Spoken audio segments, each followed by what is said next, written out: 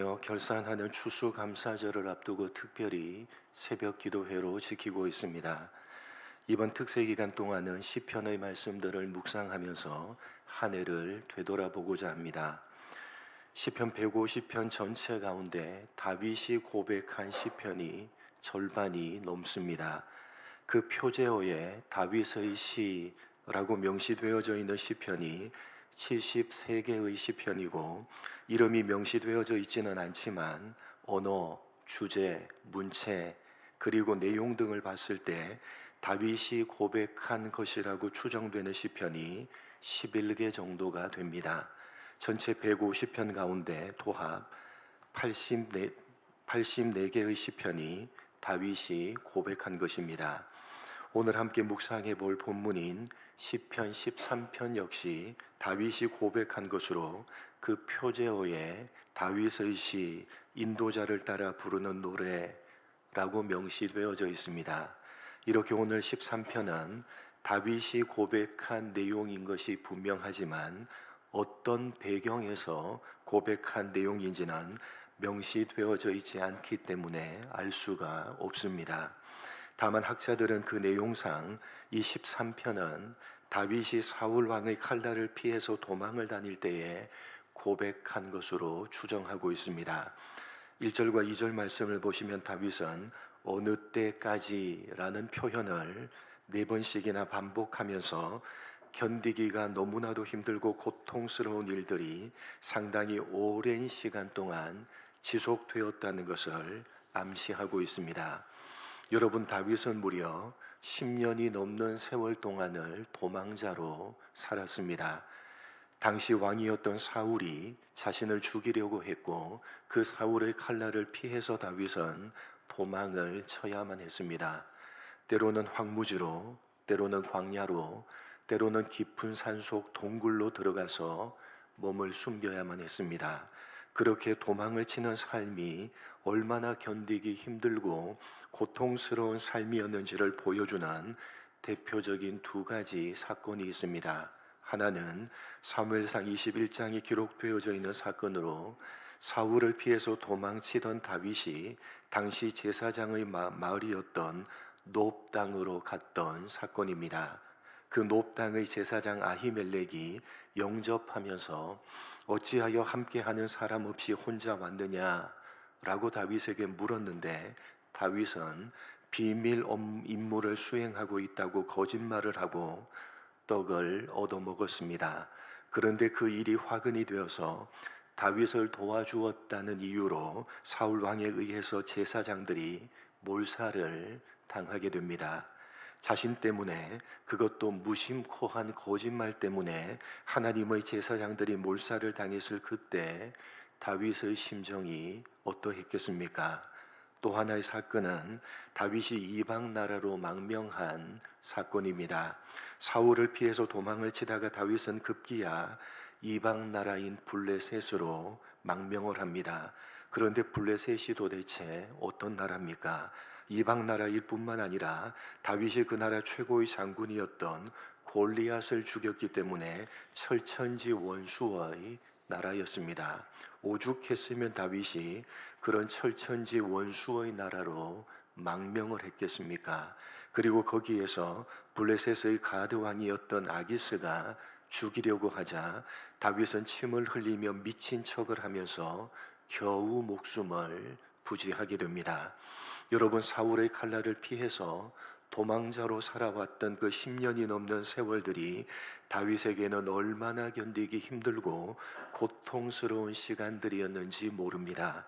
그렇게 견디기가 힘들고 고통스러운 날들을 보내면서 다윗은 오늘 이 시편 13편의 고백을 했던 것입니다. 때로는 아무것도 없는 황량한 황무지로 가서 달과 별들을 벗삼아서 하룻밤을 보내야만 했습니다. 또 때로는 짐승의 울음소리만 들리는 깊고 깊은 산속 동굴에서 밤을 지새워야만 했습니다. 굶주린 배를 채우기 위해서 거짓말을 해야 했고, 침을 흘리며 미친 척 연기를 하면서 목숨을 부지해야 했습니다. 무려 10년의 세월 동안이나 그런 고통스러운 나날을 보내고 있는 다윗이 이렇게 고백을 하는 것입니다.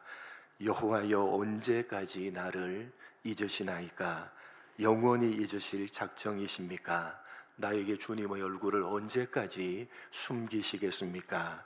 내가 언제까지 번민하며 하루 종일 슬퍼해야 합니까? 언제까지 내 원수들이 나를 이기겠습니까? 여호와 나의 하나님이시여, 나를 바라보시고 응답하소서. 내가 죽음의 잠을 자지 않도록 내 눈을 밝혀주소서. 내 원수들이 우리가 너를 이겼다 하고 말하지 못하게 하소서. 그들이 내가 넘어진 것을 기뻐하지 못하게 하소서. 고통스러운 나날들 가운데 절박하게 울부짖으면서 하나님을 향해 쏟아놓는 다윗의 비명입니다. 그런데 여러분, 대반전이 일어납니다. 그 반전은 상황적이고 환경적인 반전이 아니라 마음에서 일어나는 반전이요, 영혼에서 일어나는 반전입니다. 도대체 어느 때까지입니까? 하나님을 향해서 비명을 지르지 않고는 견딜 수가 없는 고통스러운 상황에서 다윗은 비명을 지르다가 대반전의 그러나를 외치게 됩니다. 5절 말씀을 보시면 우리말로 번역을 할 때 생략해 버렸지만 히브리 원문으로 보면 한 단어가 더 적혀져 있습니다. 그러나 라는 단어입니다. 히브리 원어로 와라는 단역을 번역할 때 생략해 버렸지만 이 와는 그리고 라는 뜻입니다. 그러나 나를 의미하는 아니 라는 히브리 단어와 합쳐져서 와아니 라고 하면 그러나 나는 이라는 뜻이 됩니다. 그러나 나는 오직 주의 사랑을 의지하였사오니 나의 마음은 주의 구원을 기뻐하나이다.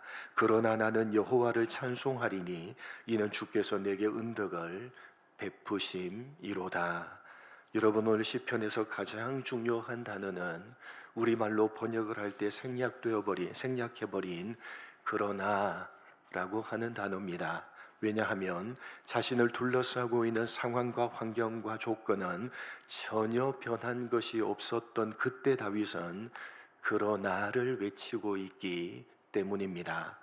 어제도 그랬듯이 오늘도 여전히 광야 황무지에 자신의 몸을 누이고 있고 내일도 역시 깊고 깊은 산속의 축축한 동굴 바닥에 누워서 귓가에 들려오는 짐승의 울음소리에 몸을 뒤척이며 밤을 지새울 것입니다. 그럼에도 다윗은 그러나를 외치고 있는 것입니다. 오늘 다윗이 외치고 있는 이 그러나는 상황과 환경과 조건이 어찌하지 못하는 하나님의 사랑에 대한 확신이요, 하나님의 구원하심에 대한 감사인 것입니다.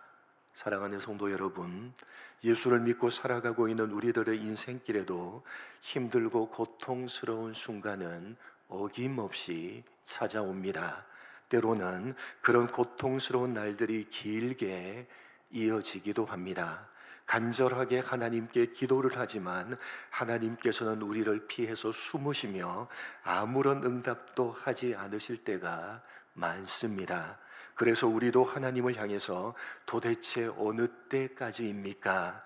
라고 외마디 비명과도 같은 탄식과 기도를 쏟아 놓을 때가 많습니다. 어쩌면 한 해를 되돌아보고 있는 여러분들에게도 그런 탄식과 기도가 있을런지도 모르겠습니다. 그럴 때에 여러분도 여러분의 삶을 향해서 그러나를 외치시기 바랍니다. 여러분, 지나간 한 해를 되돌아보실 때 참으로 견디기가 만만치 않은 상황과 환경과 조건이 여러분에게 있었을지라도 그러한 좋지 않은 상황과 환경과 조건이 지금 현재도 여러분의 삶에 계속 지속되고 있다고 할지라도, 그리고 내일도 역시 그렇게 지속될 것 같다는 생각이 든다고 하더라도 오늘 다윗처럼 그러나를 외칠 줄 아는 여러분들이 되셨으면 좋겠습니다. 한 해를 되돌아보면서 여러분을 향하신 하나님의 사랑을 확신하시며 그러나를 외치신다면 다윗과 함께 하신 그 하나님이 지나간 한 해 동안 여러분과 함께 해 오셨고 지금도 함께 하고 계시다는 사실을 여러분이 발견하게 될 것이며, 그런 나를 외칠 줄 아신다면 앞으로도 변함없이 여러분과 함께 하실 것이라는 사실을 확신하게 되실 것입니다. 한 해를 되돌아보며 결산하는 여러분의 입술과 여러분의 마음에 이 그러나의 고백이 넘쳐나시기를 주님의 이름으로 간절히 축복합니다. 하나님 아버지,